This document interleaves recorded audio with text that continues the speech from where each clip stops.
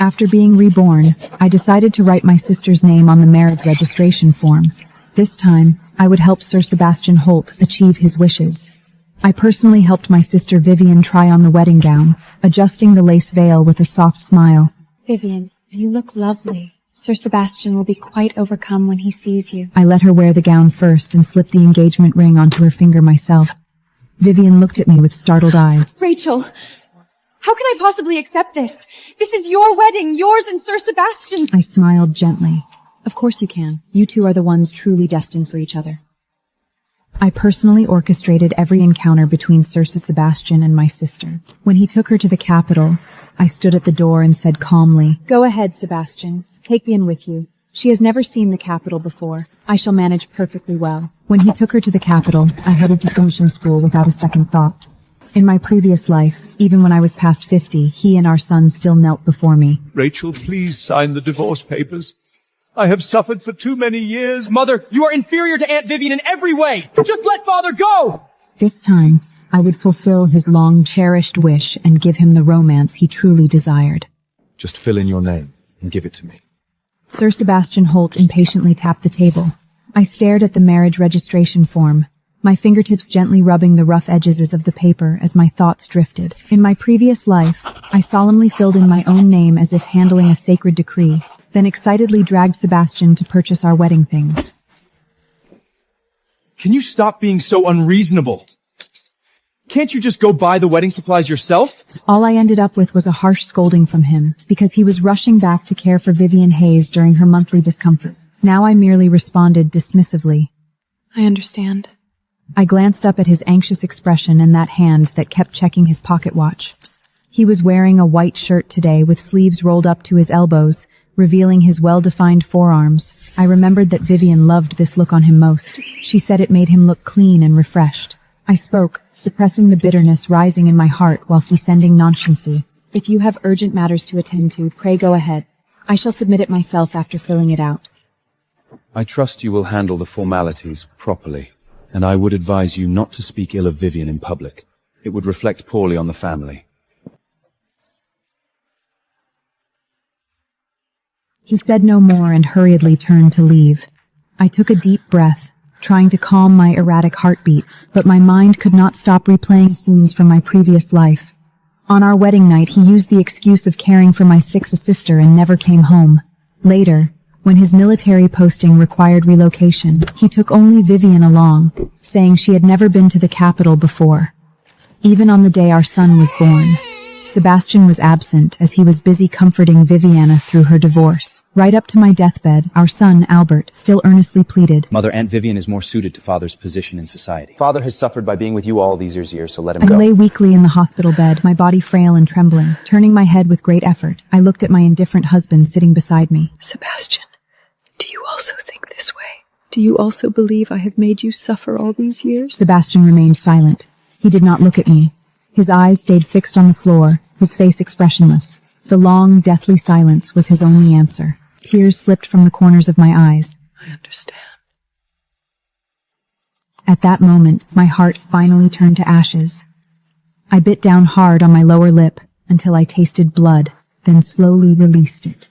No, I shall not repeat the same mistakes in this lifetime.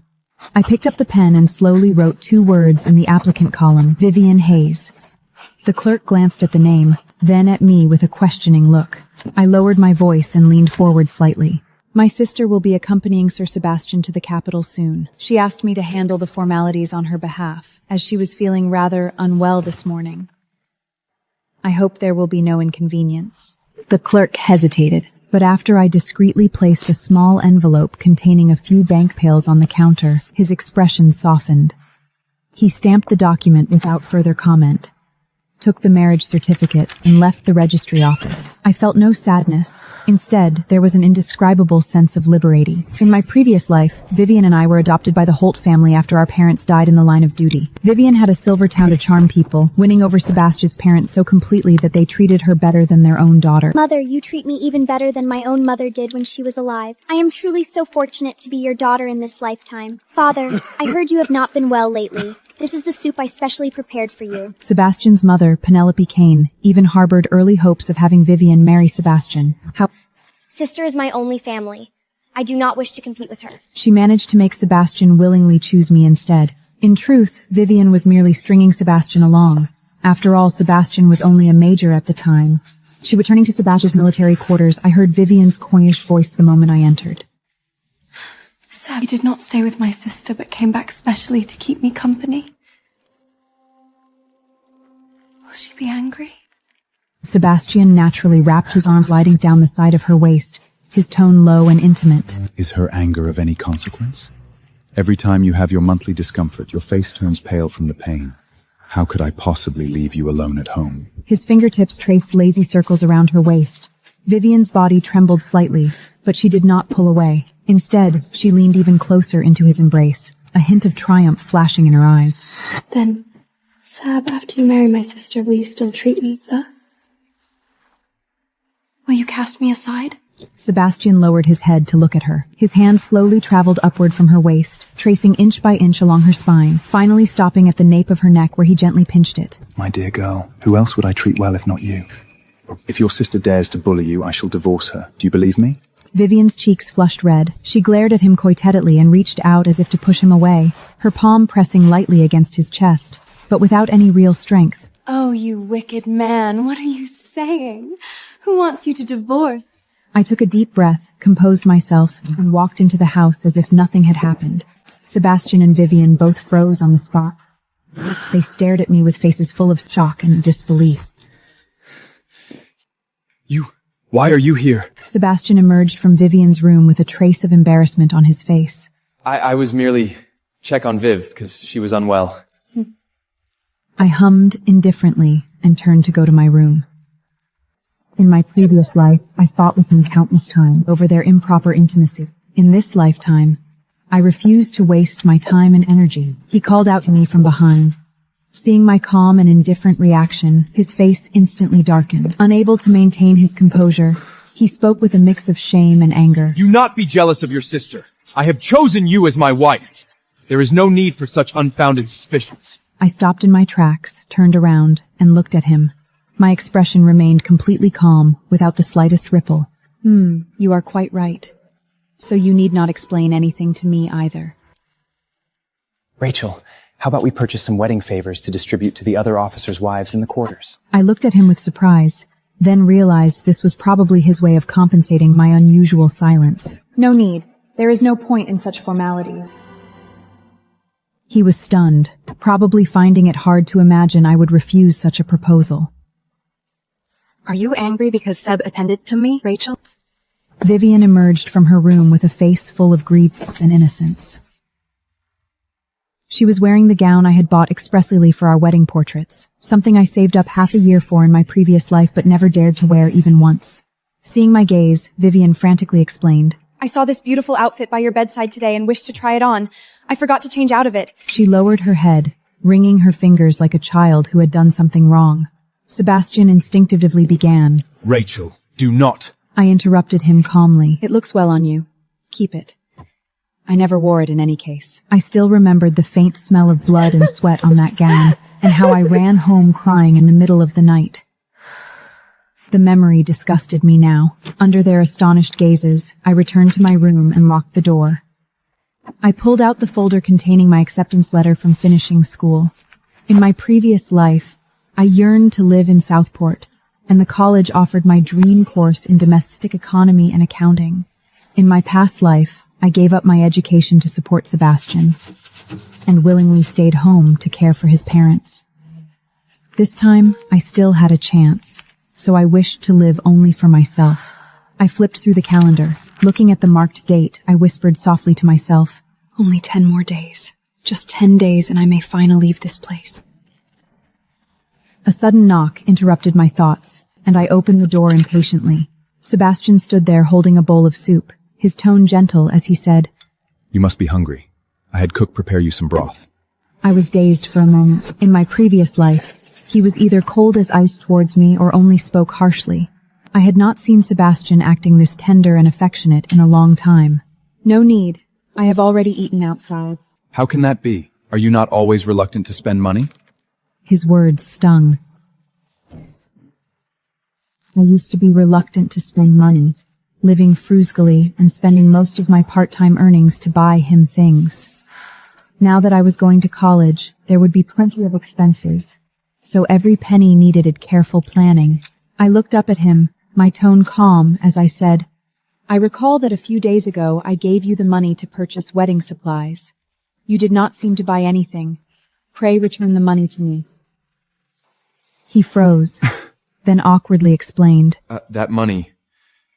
Well, I already bought leather shoes for Viv with it. I could not help but curl my lip. How predictable. It was the same old story. "Well, if there is nothing else, I am closing the door. I wish to sleep." I will give you the money tomorrow. His tone carried some irritation. We are husband and wife. Must you be so petty? I could not help but snort coldly. So after you use my hard-earned savings to buy things for someone else, I am not even permitted to be annoyed? Knowing he was in the wrong, he still muttered stubbornly, You are so unreasonable. I could not be bothered to argue further and slammed the door shut. Over the next few days, I sold off some worthless possessions, mementos from my previous life that once held meaning. Now they seemed nothing but cheap trinkets. I packed them all up and sold them to a rag-and-bone man for a pinus. That afternoon, while continuing to pack, Sebastian appeared before me holding some money. He stiffly said, Here is your money. I took the money and nodded. Thank you. He looked at me with mixed emotions, his gaze falling on my packed luggage. I am planning to have Viv accompany me to the capital. You need not pack. I did not stop packing and simply nodded. He seemed unaccustomed to this attitude from me, appearing somewhat uneasy. What is wrong with you lately? You are like a completely different person. I turned around impatiently. I did not want any complications. Although Sebastian did not love me, if he discovered that Vivian's name was on the marriage certificate, he might very well divorce her and marry me for her sake. I wanted no further entanglement with this despicable pair. Nothing. I merely wish to organize my things so that I may move back to the countryside after you go to the capital. He breathed a sigh of relief and explained, It is not that I do not wish you to come. It is simply that Viv has never seen the capital and desires to visit. I shall bring you there in a few months. I nodded absently. I still remembered the day I stepped off the train. The capital was cold and magnificent, yet I stood alone at the station with a worn-out suitcase, watching him force a smile while his eyes were full of exhaustion and regret. He never once held my hand that day. In my previous life, he never sent for me for 8 entire years. Only after Vivian married a high-rank general's son from the capital did he bring me there in despair. He watched me with unease. Usually, I would talk his ear off about everything and anything when we were alone. Now that I was barely speak, he seemed on edge. Did you not always wish to take wedding portraits? Let us go to the photographer's studio tomorrow. That would not do, as I plan to purchase supplies tomorrow. Just as I was about to make an excuse, Vivian walked in and affectionately hugged Sebastian's arm. Seb, what photographer's studio? I wish to have portraits taken too.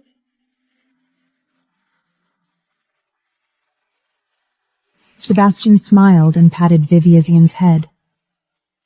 Very well, we shall all go together tomorrow. You two go ahead. I have matters to attend to tomorrow. Sebastian frowned. What could be more important than taking wedding portraits? Let us take the portraits first, then I shall go shopping with you. His tone was firm and did not allow for refusal. Vivian pouted playfully. Exactly. Rachel, you are not avoiding this on my account, are you? I did not wish to argue further and agreed to go. Early the next morning, I heard Sebastian coaxing Vivian to rise from bed in gentle, pleading tones from her room. The circle on the calendar reminded me that there were 4 days left. In 4 days, I could completely escape this life. Just when my patience was wearing thin, they finally emerged from the room, take their sweet time. Sebastian attentively took some water and personally washed Vivian's face. Lost in thought, I watched as Sebastian approached me awkwardly, clutching a ring. Mrs. Gilbert reminded me to purchase you a wedding ring. Here it is. I did not take it. In my previous life, this ring never existed. The moment Vivian saw it, she pouted. It is so pretty! I want one too! I generously offered. Then take it. Sebastian's face darkened immediately. Stop this foolishness. This is our wedding ring. Vivian snatched the ring and slipped it onto her finger, waving it at Sebastian. Seb, does it look well on me? Sebastian gazed at Vivian with pure adoration, nodding with a foolish grin. Then, he turned to me guiltily and whispered, I shall buy you another one next time. I nodded indifferently. I had heard his promises countless times, yet he never kept them. At the photographer's studio, Vivian went first, even taking several couple photos with Sebastian. When it was my turn with Sebastian, the photographer raised his camera but awkwardly lowered it again. Oh dear, I am so sorry. I have run out of plates. I secretly rejoiced, while maintaining a neutral expression. Oh well, let us forget it then.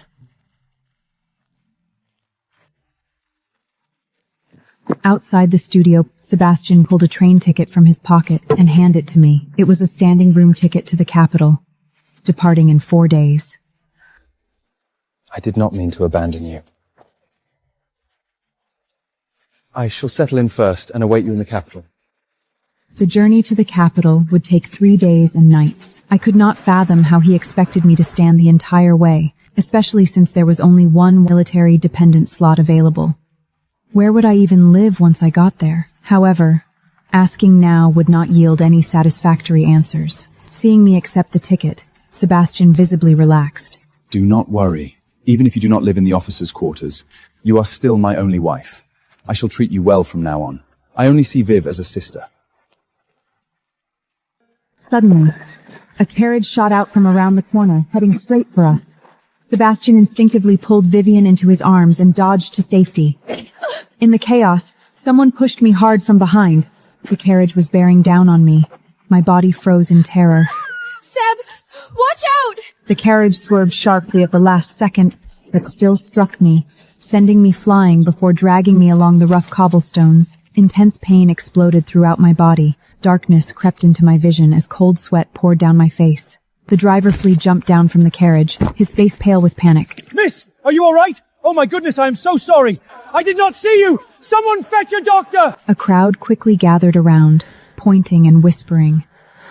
Through the sea of onlookers, my gaze fixed steadily on Sebastian. He was completely oblivious to the fact that I had been struck. Seb, I am so frightened.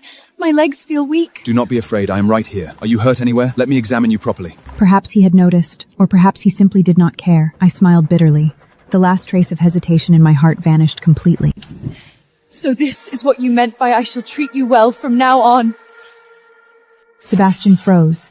He opened his mouth, then took a step forward, wanting to come over. At that moment, Vivian suddenly reached out and grabbed Sebastian's arm tightly, her voice soft and trembling. Seb, it hurts. My side hurts so much. Sebastian's body immediately stopped. He looked back at Vivian, his expression full of concern and hesitation. In the end, he did not take another step towards me. The driver helped carry me into the carriage and rushed me to the hospital. After a thorough examination, I learned it was fortunately just external injuries and minor internal displacement. I lay in the hospital bed, aching all over, yet my heart felt strangely calm. The driver, who had been waiting anxiously outside, finally came in. He looked guilty and uneasy as he asked, Miss, are you feeling a little better? Do you have any family members I might send for? I can contact them straight away so they may come and care for you. I slowly shook my head, my voice weak but calm. No need. I have no family. The driver was stunned, his expression turning even more apologetic. He opened his mouth but did not know what to say, eventually just nodding awkwardly and leaving the room quietly. I laid there, staring at the white ceiling. A faint, bitter smile appeared on my lips.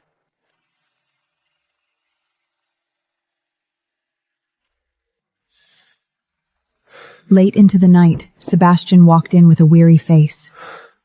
Seeing that I was awake, panic flashed across his features. Rachel, how are you feeling? Any better? I looked at him coldly without speaking. He rubbed his hands, explaining unheadily. Viv was a bit troubled by the shock. I have been staying with her, so... He awkwardly fell silent under my stare. Rachel, hear me out. The situation was so urgent and Viv was closer to me. I did not know you would be struck. He paused, seemingly searching for the right words. I interrupted him. When are you leaving for the capital? He answered cautiously. Tomorrow. I see. I wish to rest now. Pray leave. I closed my eyes, dismissing him. Sebastian wanted to say more, but he ultimately had the sense to leave. Our mother, Penelope, came to visit the next day. She carried a hamper with her, her face beaming with a smile. Rachel, my dear, Sebastian asked me to care for you. Are you feeling better? Much better. Thank you, Mother. While ladling soup for me, she chattered on. Sebastian is so clumsy. I do not know if he can take proper care of Viv. Halfway through, she seemed to suddenly realize something and awkwardly closed her mouth. Mother, Vivian's name is on the marriage certificate with Sebastian. Penelope froze, taking a long moment to digest this. What did you say? The marriage registration form I submitted had Vivian's name on it. Of course, the certificate belongs to them. Penelope's face revealed shock before it transformed into pure joy. Rachel, you are such a good girl! I knew you were the most sensible one! She excitedly gripped my hand. Thank you! Thank you for making their happiness possible! I smiled faintly without responding. Making their happiness possible? I was only securing my own freedom. She had always favored Vivian anyway. In my previous life, despite all my devoted care for her, she still left her entire inheritance to Vivian in her old age. Mother, do not tell Sebastian and Viv about this yet. Penelope beamed. Of course! I understand. So, what are your plans now? I am leaving in a few days, too. I did not reveal my specific destination. Penelope wanted to ask more, but she still said with rare softness, Rachel, you've always been a good and sensible child. Mother will remember your kindness. I smiled faintly and replied calmly, As long as you and the family are well, that is enough for me. Penelope's mind was completely occupied with their wedding. I simply closed my eyes and pretended to sleep. On the day I was discharged, I did not notify anyone. Before leaving, I wrote a letter to Sebastian. Sebastian, by the time you read this letter, I shall already be on a train heading south. I know you have always loved Viv, so I am making your wishes come true. Our fate together has run its course. I wish you both happiness. I sealed the letter together with the train ticket to the capital and the marriage certificate in an envelope, then posted it to his address in the capital. Dragging my suitcase, I headed straight for the railway station. The air in Southport was humid and warm. I felt somewhat dazed as I stood before finishing school. Walking through the grounds, I experienced a genuine sense of rebirth. During the day, I sat in classrooms, listening attentively and absorbing knowledge. At night, I worked at a small eating house, serving tables and washing dishes, until my back ached and my limbs were sore. Even so, this exhaustion felt grounding. After a month, I gradually adapted to this busy but fulfilling life. That was until I saw Sebastian downstairs at my dormitory.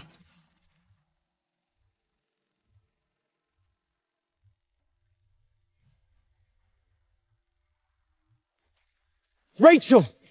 Why did you do this? Why did you write Viv's name on the marriage registration form? Why did you not come to the capital? His voice was filled with anger and confusion. I looked at him coldly.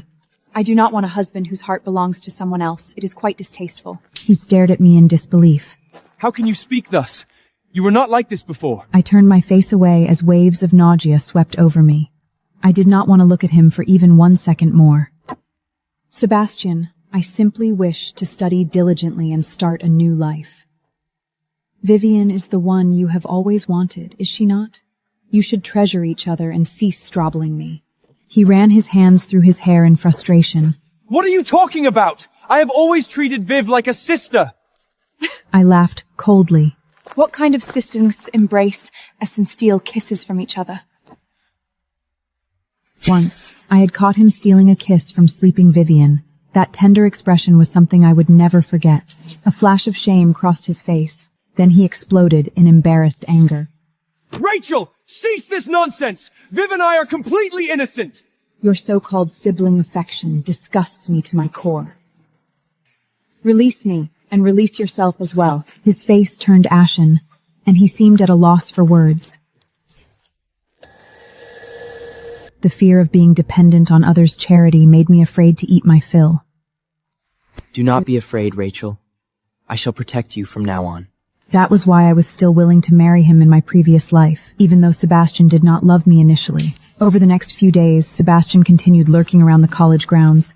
I deliberately avoided him, unwilling to have any further contaction. However, I never expected him approach the headmistress about having me expelled. When I was called to the headmistress office, Sebastian was sitting there, looking upright and formal.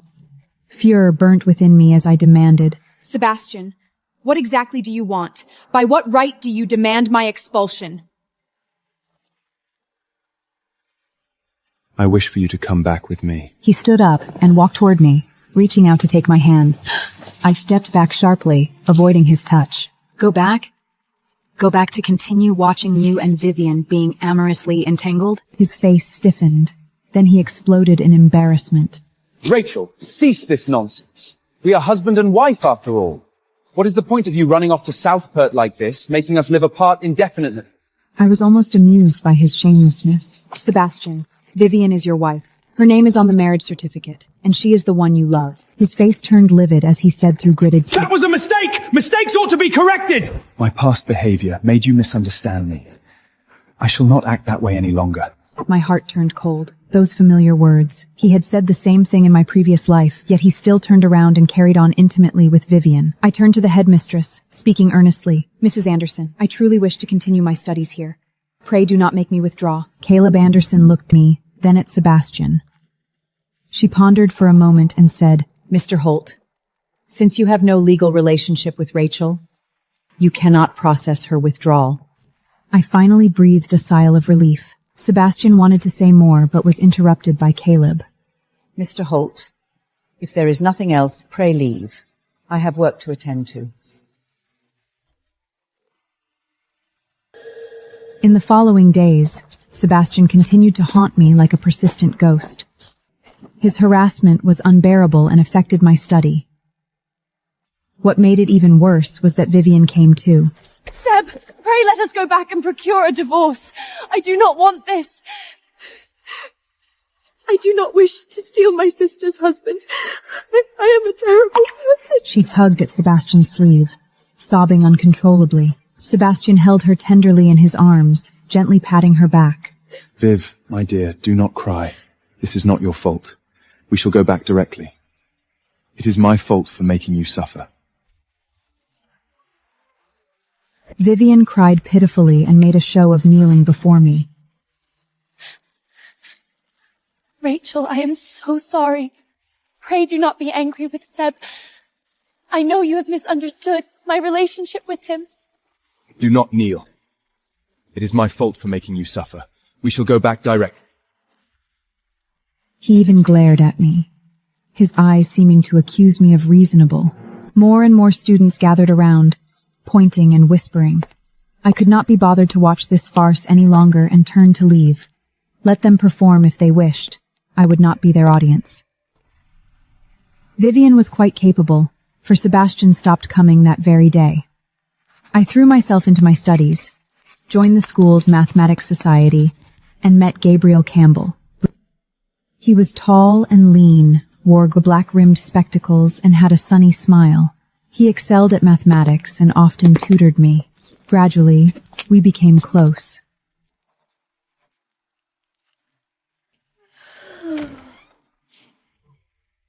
Just when I thought life was finally returning to normal, Sebastian's letters arrived one after another, persistent and relentless. Rachel, are you still angry with me? I know I was wrong. Pray come back. Rachel, Viv is with child. The child is mine. I know this is difficult for you to accept, but pray believe me. You are the only one I love. Rachel, surely there is a limit to sulking. What must I do for you to forgive me? I tore his letters to shreds and threw them in the dustbin. I had no idea what gave him the audacity to think I would change my mind. It was probably just thick-skinned impertinence.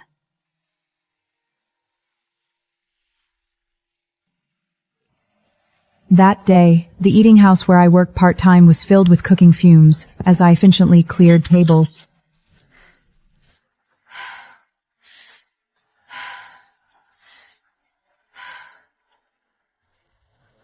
Looking up, I saw Gabriel sitting in a corner booth. He smiled at me gently, but I avoided his gaze and continued working. When my shift ended, he was still sitting there with several untouched dishes before him. Let us eat together. No need. I have already eaten. I tried to decline, but my stomach betrayed me with an audible growl. Being shy will not help. Come, sit down. The hearty stew bubbled in the pot, its warmth dispelling the chill from my body. I ate ravenously, completely abandoning any pretense of manners. Eat slowly. No one is competing with you. Halfway through the meal, I suddenly felt something tickling my noses. Looking up, I saw Gabriel watching me with amusement, holding a small piece of carrot between his fingers. Does your face wish to eat as well? My cheeks flushed red as I lowered my head in embarrassment. Gabriel, I know how you feel, but at present I simply wish to focus on my studies. I do not wish to think about anything for a few seconds. His gentle smile never fading, he nodded understandingly. Of course. I respect your decision. He reached out and lightly ruffled my hair, his voice warm and patient. Focus on your studies first. I shall wait for you. There is no hurry. My heart warmed slightly, but I still lowered my eyes without replying. When Christmas break arrived, Penelope's calls came one after another, each more urgent than the last. On the third telephone call, Penelope's voice came through, warm yet pressing. Rachel, it is nearly Christmas. When are you coming home? The whole family awaits you. You have been away so long. Do not mean you are not coming back this year? She paused for a moment, then softened her tone with a hint of coaxing. Come back early, there is a dear. Mother has already prepared your favorite dishes. Sebastian and Vivian are also home. It will not feel complete without you. You cannot be heartless after we raised you all these years, can you? After all, the Holts had raised me. I could not be completely heartless towards them. After much deliberation, I bought a train ticket and returned to Mountain City with bags full of gifts. The moment I stepped through the Holt family's front door, I heard sharp, harsh shouting. Sebastian, what do you mean by this? I am carrying your child. I did not come here to be mistreated. I froze when I saw Vivian with a protruding belly screaming at Sebastian. Sebastian's face was ashen, but he did not dare argue back, only trying to placate her in low, submissive tones. Viv, calm yourself. The doctor said you must not become too emotional. It is bad for the baby. I want that coat, and you shall buy it for me this instant. Viv, I shall buy it for you next time, dearest. We have already used up this month's allowance. Sebastian carefully helped Vivian sit down. It is because you are useless. You are still only a major after all this time. You did not give the money to my sister, did you? Sebastian's expression changed. Viv, do not talk nonsense. I broke things off with her long ago. Broke things off? Do you take me for a fool? You write to her every few days. Do you think I do not know? You have no room for me in your heart at all. You only think of her. Vivian cried and screamed, pounding Sebastian's chest. I told you I do not! Sebastian looked thoroughly annoyed as he roared. Standing in the doorway, I found this scene absurdly laughable. In my previous life, he secretly contacted Vivian behind my back. In this life, he secretly wrote to me behind Vivian's back. He was merely someone who wished to have his cake and eat it too. The man was unfaithful to his core. Penelope was the first to notice me. Rachel, you are back! Come quickly and talk some sense into Viv. Her temper is getting worse and worse. She pulled at my hand, her tone carrying a note of flattery. I withdrew my hand and said coolly, I am tired. I wish to rest in my room first. Penelope's expression stiffened slightly, but she said no more, turning back to continue placing Vivian in hushed, submissive tones. She was completely different from the imperious mother I remembered. Back in my room, I pulled out Gabriel's Christmas gift from my luggage, a red cashmere scarf. I wrapped the scarf around my neck and looked in the mirror, unconsciously smiling. That evening, there was a knock at my door. I opened it to find Sebastian standing outside, looking haggard and anxious. Rachel, we need to talk. I stepped aside to let him in. He rubbed his hands together and summoned the courage to say, Rachel, you are the wife I've always wanted. I have been waiting for you. Viv's temper is getting worse and worse, and she spends money recklessly. I could not help but laugh mockingly. Waiting for me? Sebastian forbid you to even believe what you are saying? You are waiting for me while getting Vivian with child? What do you take me for? His face flushed red, his eyes full of panic. Rachel, let me explain. I interrupted him. There is nothing to explain. You and Vivian already have a child together, so what more is there to say? I wish you both a long and happy marriage. May you be blessed with many children. He was silent for a few seconds, as if remembering something. I have been having dreams lately. Dreams where you are the one I married. You were gentle and virtuous, staying home to care for my parents. He paused, his tone carrying a trace of pain. But in the dream, I had eyes only for Viv. I neglected you and hurt you. I was such a wretch. I even forced you to divorce me and let go of our son. I was astonished. He was actually dreaming about our previous life. He covered his face in anguish. I wronged you so terribly, and now I wish to make amends. Suppressing the fury rising in my heart, my voice turned ice cold as I said, If you truly wish to make amends, then live well with Vivian and cease bothering me. That is what is best for both us sisters. Sebastian's eyes dimmed, his voice carrying a trace of unwillingness. But I always feel that you are the one who ought to be my wife. My patient finally ran out, and I issued a direct dismissal. Sebastian, you must leave. These are not words you should be saying, nor is this a place you should be coming to. He rose dejectedly and left my room with heavy steps. Watching his retreating figure, I did not feel even the slightest ripple in my heart. In both lives, he had always wavered between two women, greedily wanting to possess everything. I began to think that since Sebastian and Vivian were already living there, there was no need for me to stay. The Holt's place had never truly been my home anyway. The next morning, I packed my luggage and knocked on Penelope's door. I pressed a check into her hands, saying calmly, Penelope, thank you for caring for me all these years. The sum on this check is what I have saved over the years. Consider it repayment for my upbringing. Penelope froze for a moment, trying to refuse. Rachel, this will not do. Take it. I picked up my luggage and said flatly, I have matters to attend to at college. I am leaving now. With that, I left the house without looking back, feeling no attachment whatsoever. There was a long queue at the ticket window. When I finally reached the front, there were no tickets to Southport available. The earliest ticket would not be until the day after tomorrow. I ran my hands through my hair in frustration. Where could I go now? I could not sleep on the streets. Just when I was at my wit's end, Gabriel appeared before me carrying bags and packages. Rachel! His face lit up with a delighted smile as he hurried over. I was a little surprised and greeted him with a smile. Gabriel, what a coincidence. You are from Mountain City? Yes. What is this? Have you nowhere to go? Gabriel's tone was full of concern. Why do you not spend Christmas Eve at my house? I froze for a moment and quickly waved my hands. That would not be proper. Oh, what is improper about it? He said with a laugh. It is only my grandmother and me at home. It is rather quiet. Having you there would enliven things. Besides, it is Christmas Eve. I would worry about you being all alone. He paused, then added, Pray, Rachel, just think of it as keeping my poor grandmother company. The old lady gets so bored at home by herself. His pitiful expression made me laugh despite myself. Unable to refuse such kindness, I finally agreed. As we left the station, a cold wind hit us, and I could not help but pull my coat tighter. Seeing this, Gabriel immediately took off his own coat and draped it over my shoulders. A faint woody fragrance surrounded me. Cold, is it not? Mountain City is much colder than Southport. I shook my head, but warmth flooded my heart. Gabriel's home was in the old district of the city. It was a charming two-story house with traditional architecture. As soon as we entered the courtyard, I smelled the delicious aroma of roast chicken from the oven.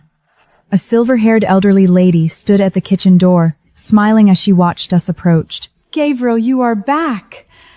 And who is this? The old lady's gaze fell on me. Then she said happily, Oh my, you have brought home a beautiful young lady this year. I felt somewhat embarrassed and lowered my head, my cheeks warming slightly. Gabriel said with a smile, Grandmother, this is my friend, Rachel.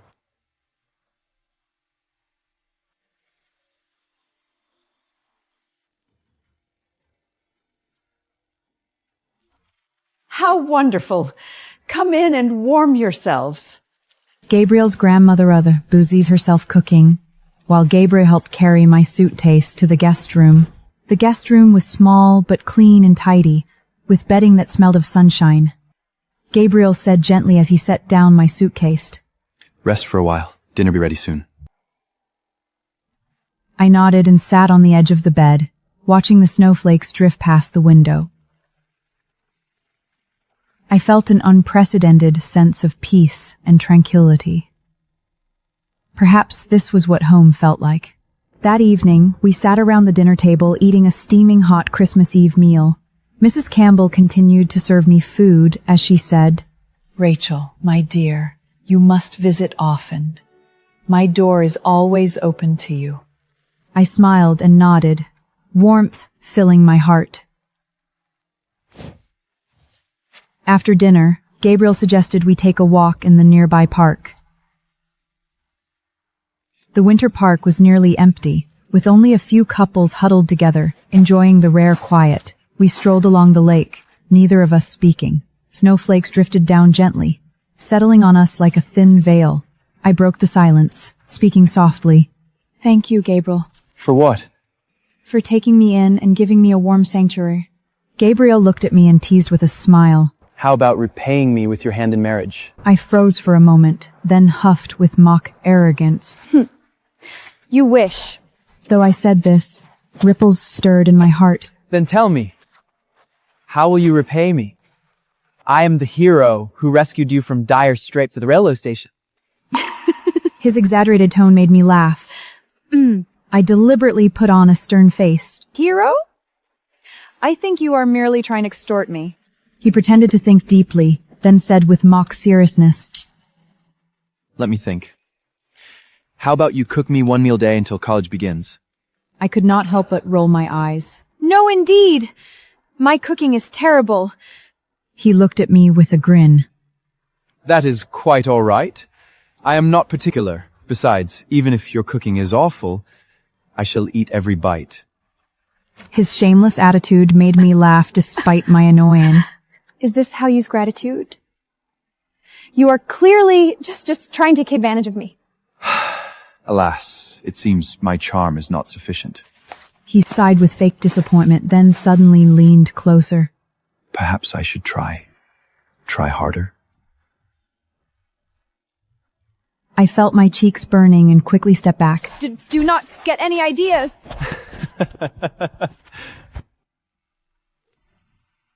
Seeing my flustered state, he could not help but laugh. Only teasing you. He reached out and gently ruffled my hair. Come, let us go back. Grandmother will worry. Back at Gabriel's place, Mrs. Campbell had prepared hot tea to warn off the cold. Holding the warm cup and feeling the cozy atmosphere of the Campbell household, I felt some anticipation of the future for the first time. Perhaps letting go of the past and starting afresh was not such a bad thing. On Christmas Eve, fireworks blazed outside the window, illuminating the entire night sky. The deafening sound of firecrackers rose and fell in waves. Standing by the window, I felt as if I were in another lifetime. Gabriel stood very close, his warm breath brushing against my ear, making me feel tingly. Merry Christmas, Rachel. I turned my head and met his deep gaze. In that moment, time seemed to stand still, and my heart skipped a beat. Merry Christmas, Gabriel. He leaned close to my ear and whispered, I like you, Rachel. Outside the window, fireworks continued to gleam, their brilliant colors reflecting on my face and on Gabriel's. Half a year later, my life at finishing school had gradually returned to normal. My grades were excellent, and I even received a grant. Gabriel was still by my side, patient, gentle, and unchanged. That afternoon, I had just walked out of the library when I saw a familiar military carriage parked at the entrance. Sebastian was standing beside the carriage. He had lost a great deal of weight, with dark circles under his eyes and messy stubble. His uniform was wrinkled and clung to his body as if he had not slept in days. The moment he saw me, his eyes instantly turned red. Rachel, I was wrong. I truly know I was wrong. His voice was so hawked it was almost inaudible. Vivian's child is gone. She lost control of her emotions, fell down the stairs, and the baby could not be saved. She has gone mad. Truly mad. She smashed everything that could be smashed in the house and even grabbed a knife to attack me. Penelope was so angry she had to be hospitalized. The doctor said it was a cerebral hemorrhage. He covered his face, his shoulders shaking violently. I regret it, Rachel.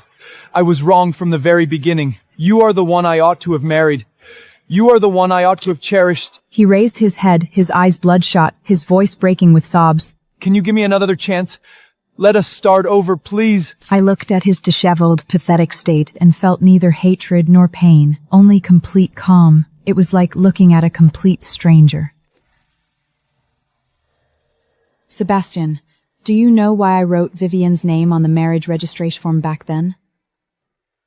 He froze. It was not because I wished to help you two be together. It was because I did not want to have anything to do with you ever again. I gave you everything. And what did you give me? Indifferent, betrayal, humiliation. I do not wish to repeat the same mistakes. Sebastian's lips trembled, and tears finally fell. I truly know I was wrong. Rachel, I beg you. He wanted to say more, but at that moment, a hand gently rested on my shoulder. Gabriel had walked up beside me at some point. He was wearing a dark gray coat, and the scarf I had given him. There was a faint smile on his face. He did not look Sebastian, only lowered his head to look at me. It is time to eat. His tone was completely natural, as if he were saying the most ordinary thing in the world. Only then did he raise his head and glanced at Sebastian. His gaze was calm but polite. How do you do? I am Gabriel.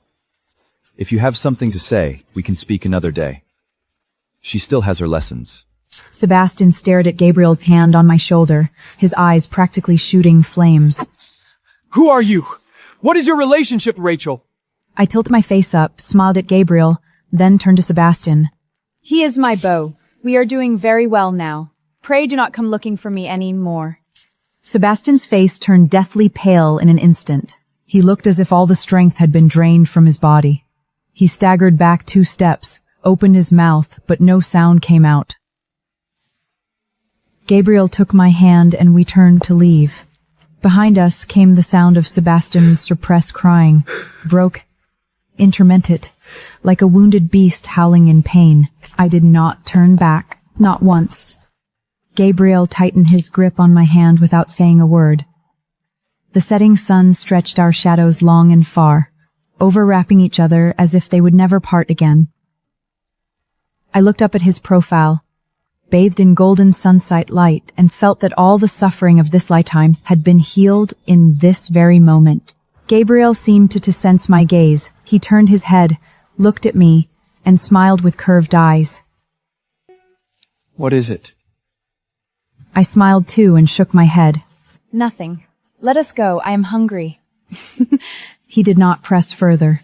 He simply held my hand tighter, wrapping it warmly in his palm.